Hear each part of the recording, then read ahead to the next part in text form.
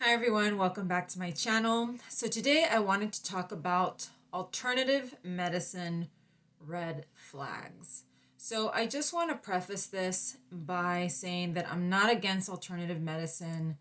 Alternative medicine. I think the name of it is a bit misleading, but I'm not against it. I know that there's people that swear by it.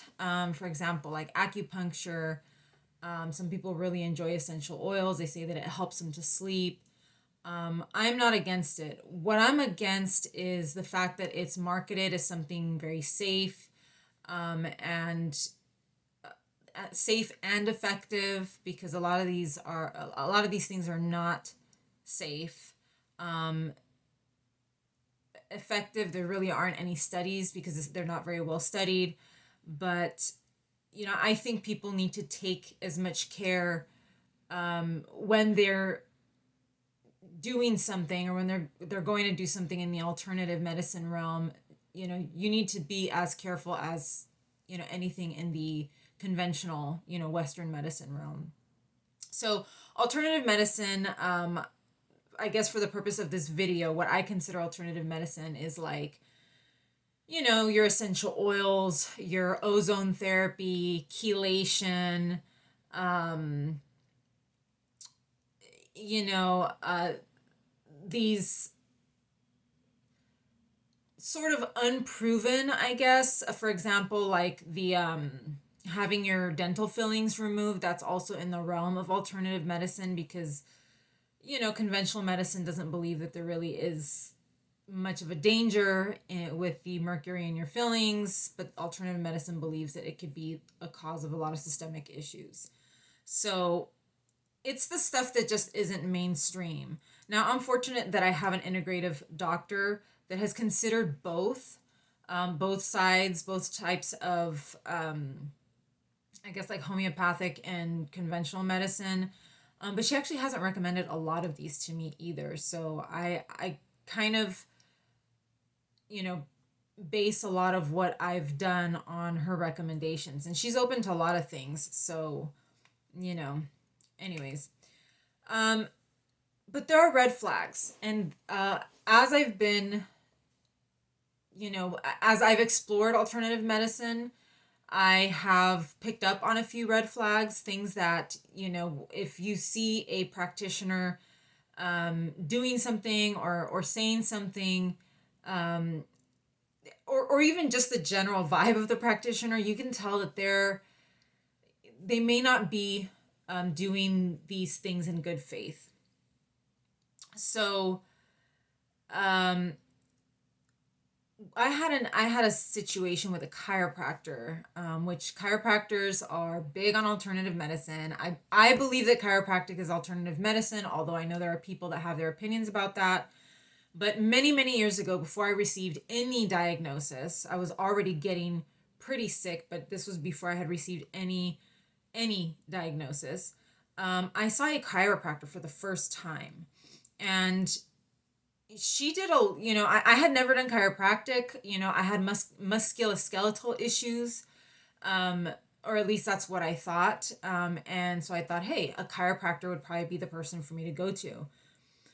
And we did a lot of different she did a lot of different things, adjustments. It was not pleasant, it was kind of scary, but I was kind of at a point where I didn't really know what was going on with my body, so I was like, whatever, I'll just try it, I guess. It seems harmless. None of these things are harmless, to be honest. One of the things, so two red flags that I identified with this lady, actually three. There's several red flags that are on this list that I found that this lady just was, she checked off all of those. So one of them was that she would always try to sell me a package. So after a couple of appointments, she would take me into another room and she'd be like, if you are going to continue this, I can do like 10 treatments for this much money. And it wasn't like a little bit of money. She was very, very expensive, and it was like thousands of dollars, but it was basically a discounted rate on getting individual, on just paying as I go, basically. So that's one thing to look out for, a package deal, or they're offering you discounts. There was a stem cell clinic that I recently have been considering, and they treat a lot of kids with autism, and they were offering like a discounted, like a deal last year, I think during the pandemic, and it was like $1,000 off your treatment, and we'll give you credit towards getting a hotel, and for a limited time, limited time deals, package deals, any kind of deal, 2 for 1. I don't know, these clinics all have different kinds of deals, and you could tell that they're just trying to make money. A place, you don't go to the doctor and they don't offer you a deal. Even a doctor that you pay out of pocket. I have a physician that I pay out of pocket. There's not going to be a deal. There's a standard rate. It's so much for a certain amount of time, and that's just how it goes, because they have bills to pay. These places typically you're going to be paying more because it's an extra. It's not a medical necessity. The other thing that this lady pulled on me, the chiropractor, was when I started to see that these treatments were not helping at all. And she, a lot of these doctors, a lot of these practitioners, they can sense when you start to pull away. So I was like, I don't think this is going the right way. And so she started blaming me. So a lot of patient blaming. You need to believe. If you don't believe in these treatments, how do you expect them to work? You have to believe in it. Medicine is not, you don't need to believe in medicine for it to work. It's either going to work or it's not. That's why there are double-blind studies. Having somebody tell me you need to believe, it's my fault that it's not working. I mean, it was a level of gaslighting that I was just like, this lady, I need to get as far away as possible from this woman. Now, you're going to find a lot of these alternative medicine individuals in expensive places. This lady was, I think, in Mission Viejo, which is a pretty expensive place, also kind of a bit far from where I am at. You're going to find also a lot of stem cell clinics in tourist spots. And I do consider stem cells alternative medicine, although I think stem cells kind of toe the line between alternative and, they're kind of moving their way into Western medicine. But you're going to see these places in Cancun, Puerto Vallarta, lots of tourist places that are also very expensive. And, that's kind of because they're catering to a certain demographic of people that have a lot of money. And that's the other thing. So you're going to see a lot of these alternative medicine practitioners that are maintaining a certain type of lifestyle. I did talk about this, I think, a little bit in another video, that there was this chiropractor gentleman that he had lost his license. He's not anything at all. He's always selling some kind of diet of some type. And he was just always traveling. He's like in Cancun, Barbados, Hawaii. I mean, these people are maintaining a certain lifestyle. And it's very easy to find out. You just have to find their social media. They typically have a public social media page.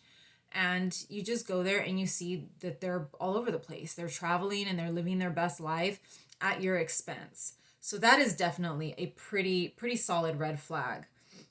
My nose is running a little bit. One of the other things, and I've seen this just a few times, is I recently had another doctor that I was consulting with in Mexico. And it was weird because, like, at a certain point in the consult, he pulled out this, like, I just want to help people. I just want to help. I'm just here to help. Like, that's why I'm giving you this free consultation, because I just want to help people. Now, let's be real. If you're paying out of pocket, right, if most of the expense, right, if you decide to go with that doctor, is going to be out of pocket, they're not there to help people. If they're there to help people, they could become one of those like, Doctors Without Borders, and they can go to a third world country and help people for free. This isn't free. They're not helping you, but I think they want to convince you that they are just helping you. I'm almost doing you a favor. And when you start getting that kind of vibe that they are doing you a favor, I think that's a pretty big red flag, because even if you pay for their services, if things don't go the way that you're hoping, if the outcome isn't that you get better and you don't get any better, they're going to make you feel guilty. Like, I tried to help you, but you're not letting me help you. Like, I always, that always rubs me the wrong way. And I've only seen that a couple times, with some of these practitioners, where they're like, oh, I just want to help. I'm doing this just because I want to help people. And their rates are like, $500 for the initial appointment or something, or $1,000. I've known doctors that are like $1,000 for the initial appointment. Another big one that I have recently seen is that these I call them practitioners, not doctors, because some of these alternative folks that I've encountered, some of them have zero credentials. And I spoke about this in another video. For example, the gentleman that lost his chiropractic license, and then another gentleman that had a supplement company. And they were both essentially selling the same story. They had been sick, and somehow they found their way back to health through, a very specific diet or these specific supplements. And now what they want to do is they want to share their knowledge with the world, and they want to help other people get back to health. And the way that they're going to do that is by selling you a book or supplements or some kind of a plan that costs a lot of money. And that's how you're going to get yourself back to health. That story I've seen a few times. I've seen more than a few times. The practitioner who was sick, who somehow stumbled upon the cure for all of his ailments and the ailments of his family members, and he can now do for you what he has done for himself and his family. It's it's basically a textbook story, because it's used by lots of different people. And I've encountered at least two gentlemen recently that are selling a product, but that's their backstory behind it, that they're doing this now, they're into wellness because they were really sick and they got out of it. So watch out for that story. It's a very common story for a lot of these wellness practitioners, that they kind of pull themselves out of a bad place. And that kind of goes along with I just want to help people because I was able to help myself. Now I want to share this with the world, right? A sales pitch. That's a sales pitch. That would go under sales pitches. Another sales pitch that I recently got from a stem cell clinic was, the guy told me that he had the reason that he had started getting into it was kind of weird because it wasn't even related to stem cells, but because they treat a lot of autistic patients, he told me that the reason he got into this kind of work was because he saw like a kid respond to essential oils, and that his mother had given him an essential oil and he automatically calmed down, which, I mean, the story was so bogus because I was getting a consultation for a stem cell clinic and I was like, what do essential oils have to do with this? But again, it's a sales pitch, right? And they are, like I said, they're targeting a certain demographic. I don't happen to be that demographic, but they're accustomed to that. They're accustomed to a certain type of customer. And so he was selling me that. He was selling me that the sales pitch, this sort of sales pitch, that like a generic sales pitch that has worked on other people, I guess. And I was just sitting there like, okay, what does that have to do with stem cells? But because a lot of these people that are into the stem cell thing, because it's considered alternative medicine, they use all these other alternative things like essential oils, like ozone therapy, like chelation. It's all sort of grouped into the same that same umbrella. Background and credentials. Like I said, if the person has lost their license, Google their name, Google everything. If the person has absolutely no license, like this guy that's selling supplements, that I was talking about a little while ago, I don't know what he is. He has nothing. He was just somebody that was sick. He got better, and now for whatever reason, he's got this whole brand of supplements. He's got a podcast. He's got all these things, but there are no credentials. I don't see any credentials behind it. He's not a doctor. He's not a naturopath. He's not a dietitian. He's not a chiropractor. He's not anything. And even some of these practitioners that were, or that have had these credentials at some point, you got to check and see whether they still have them.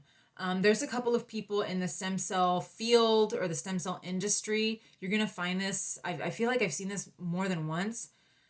They were like in some kind of other field. So there was one guy that was like a podiatrist. He let his license lapse. He's not a podiatrist anymore. He's now working in stem cells. And then there was another guy that committed fraud, insurance fraud. And so he's also, I think, no longer practicing medicine, but now he's in the stem cell business. So you really got to look at that. I mean, that's a huge red flag. That's a very obvious red flag. If these people are losing their licenses or letting their licenses lapse, if they are like their expertise has nothing to do with whatever they're invested in. Like I said, stem cell therapy, like this guy's a podiatrist, the other guy was like something else. And now they're investing in like stem cell, having their stem cell company. And these two gentlemen, for example, actually got a lot of people sick with their stem cell product. A lot of people became septic. So obviously, huge red flag, because they had no background or experience in this industry.